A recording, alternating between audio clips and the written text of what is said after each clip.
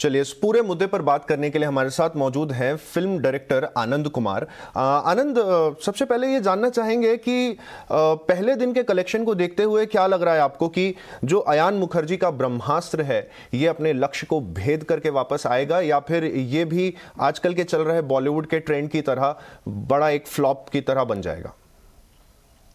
नहीं नहीं, फ्लॉप तो दिख नहीं रहा अभी तो, क्योंकि जो कलेक्शन है आपने खुद ही अभी बताया कि 36 करोड़ का कलेक्शन है। कमाई नहीं है, आप इसमें कमाई बोल रहे हैं बार बार, बट वो कलेक्शन है। और मुंबई का हाल ये है कि दोनों दिन की मतलब दोनों दिन के मैक्सिमम शोज हाउसफुल है। सो ओवरऑल जो ट्रेंड में दिख रहा है, ट्विटर पे भी आप देख रहे हैं और ये न्यूज सिर्फ इसी की चल रही है। तो जब ऐसा एक माहौल बनता है तो एक बारी तो आदमी, अच्छी है बुरी है, एक बारी वो थिएटर में घुसता है। यूथ जैसे मेरा बेटा भी अभी गया हुआ है, तो इससे पता चलता है कि 20-20 बच्चे पहुंच रहे हैं, एक उनके लिए एक माहौल बन रहा है। और रणबीर कपूर और आलिया की जोड़ी इस तरीके से आफ्टर मैरिज लोग देखने के लिए बैठे भी थे। तो और गाना एक बहुत बड़ा हिट है। वीएफएक्स जैसे आपने दिखाया, ऑडियंस की प्रतिक्रिया जो आपने दिखाई उससे भी हुआ है। तो एक फैंटेसी फिल्म है और आई एम श्योर कि ये तीन तीन दिन की कलेक्शन बहुत बड़ी जाने वाली है। तो बॉयकॉट वाला तो मामला अभी दिख ही नहीं रहा ना। नहीं है तो आज सैटरडे आफ्टरनून के बाद, नॉर्मली फिल्म में क्या होता है कि फ्राइडे पूरा देख लिया, सैटरडे आफ्टरनून के बाद वो ड्रॉप आने लगता है। अभी आप देखें जी जी कि बुकिंग्स बहुत सॉलिड है। जी। चलिए, अयान कह रहे हैं कि बुकिंग्स बहुत सॉलिड हैं। हमारे साथ इस वक्त फिल्म क्रिटिक कोमल नाहटा भी जुड़ चुकी हैं। कोमल, ये बताएं कि इस वक्त बड़ी बड़ी फिल्में फ्लॉप होती जा रही हैं एक के बाद एक, और साउथ की मूवीज़ को अगर हम देखें तो वो इस वक्त मार्केट पर काफ़ी जोर पकड़ रहे हैं। तो साउथ की मूवीज़ का इस वक्त इस इंडस्ट्री में आना क्या धीरे धीरे बॉलीवुड की मूवीज़ की तरफ से लोगों का चार्म ख़त्म कर रहा है, या क्या कुछ हो रहा है इस वक्त? आपके हिसाब से क्या चल रहा है? दो गलतियां। पहले तो मैं फिल्म क्रिटिक नहीं हूं, मैं फिल्म ट्रेड एनालिस्ट हूं, और मैं आदमी हूं।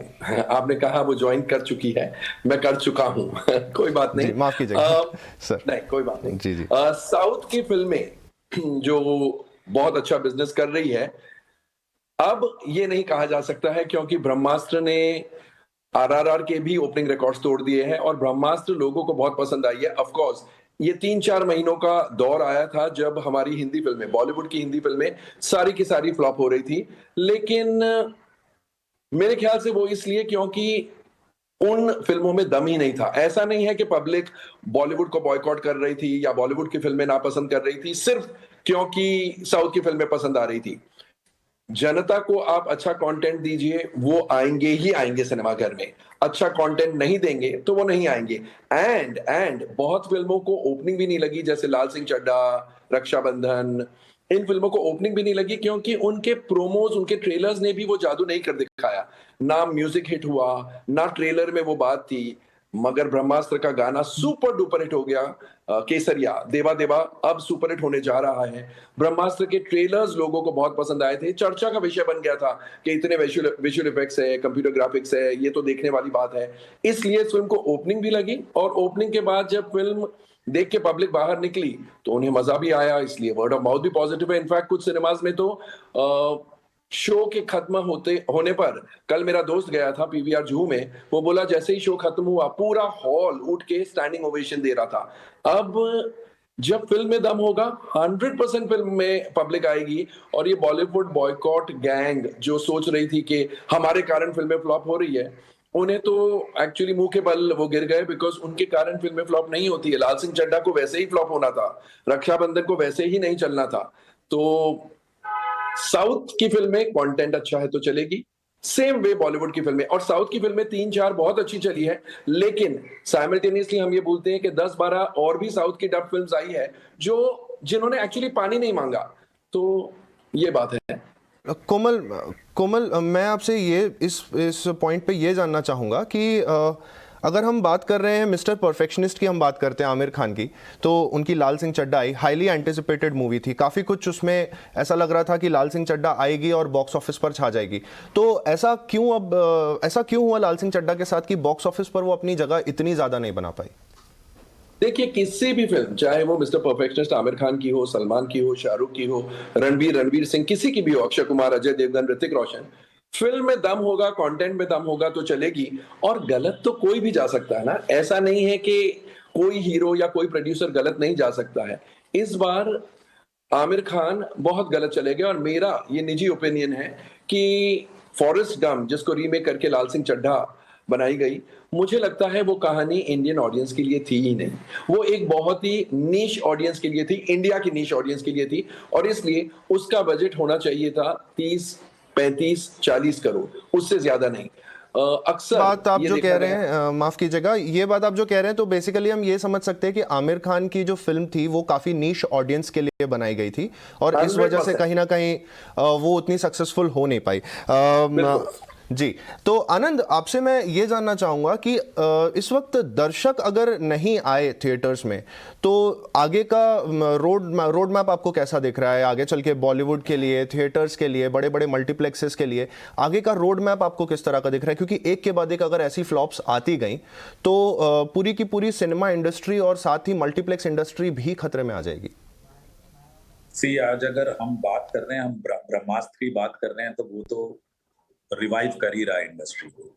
तो ब्रह्मास्त्र अच्छी चल रही है तो फिर इन्वेस्टर्स आएंगे डेफिनेटली, यही ऐसा ही ट्रेंड रहा है और लोगों को मजा आ रहा है, तो कई इंडस्ट्री कहीं जाने वाली नहीं है।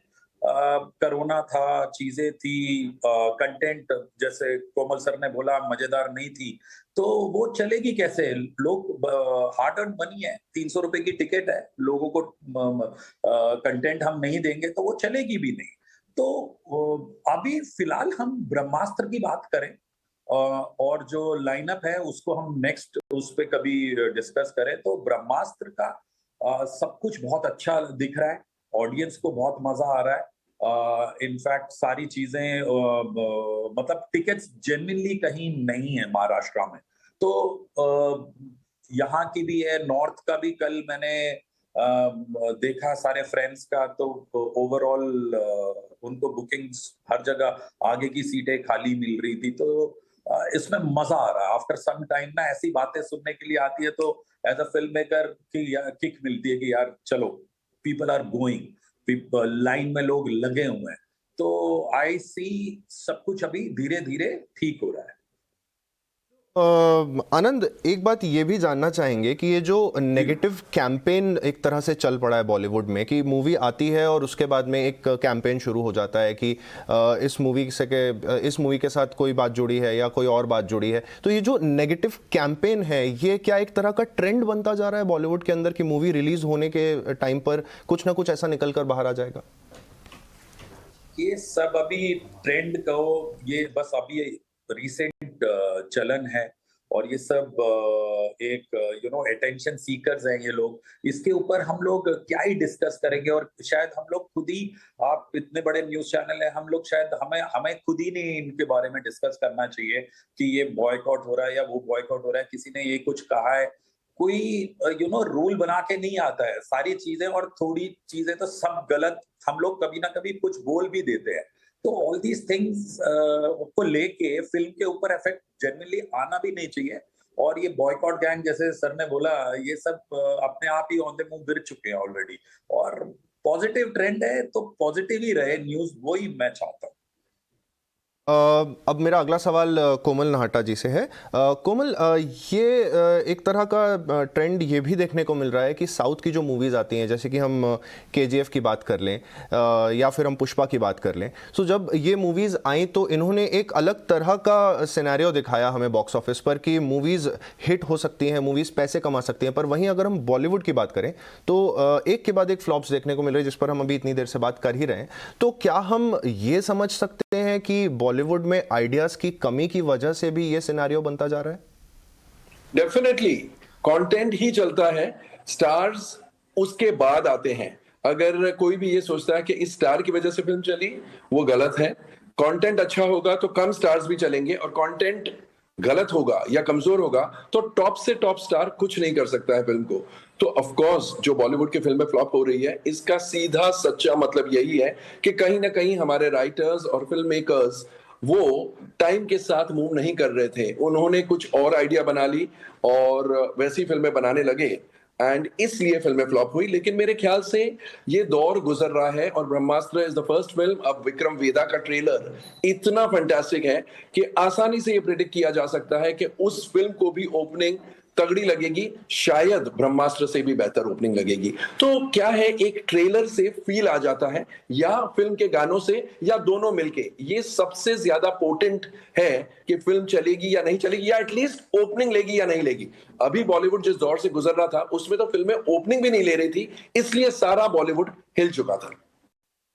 जी, धन्यवाद कोमल और आनंद हमारे साथ जुड़ने के लिए, और उम्मीद करते हैं कि बॉलीवुड पर और मूवी इंडस्ट्री पर लगे हुए ग्रहण को ब्रह्मास्त्र हटा दे और ब्रह्मास्त्र की कलेक्शंस एक बार फिर सिनेमा घरों में लोगों के आने का संकेत हमें दे। चलिए आगे के खबरों की बात कर